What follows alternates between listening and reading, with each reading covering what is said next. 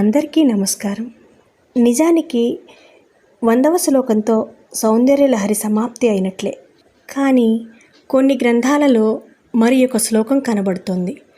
దీనిని అధిక శ్లోకంగా కొందరు భావించినా 78వ శ్లోకాన్ని ప్రక్షిప్త శ్లోకంగా పరిగణించిన వ్యాఖ్యాతలు ఇప్పుడు మనం చెప్పబోయే శ్లోకమే చివరి శ్లోకంగా అనగా 100వ శ్లోకంగా భావించారు.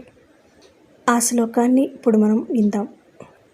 నిధే నిత్యస్మేరే నిరవధి గుణే నీతి నిపుణే నిరాధార జ్ఞానే నియమ పరచిత్తైక నిలయే నియత్యా నిర్ముక్తే నిఖిల నిగమాంతస్తుత పదే నిరాతంకే నిత్యే నిగమయమదీయాం స్తుతిమిమాం.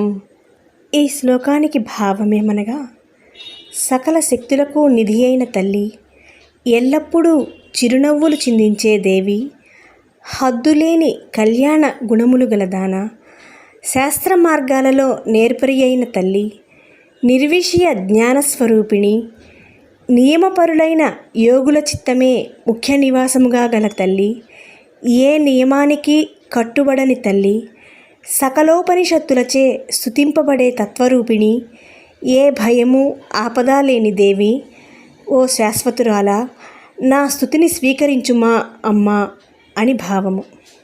సర్వం శ్రీ మాతృచరణారవిందార్పణమస్తు.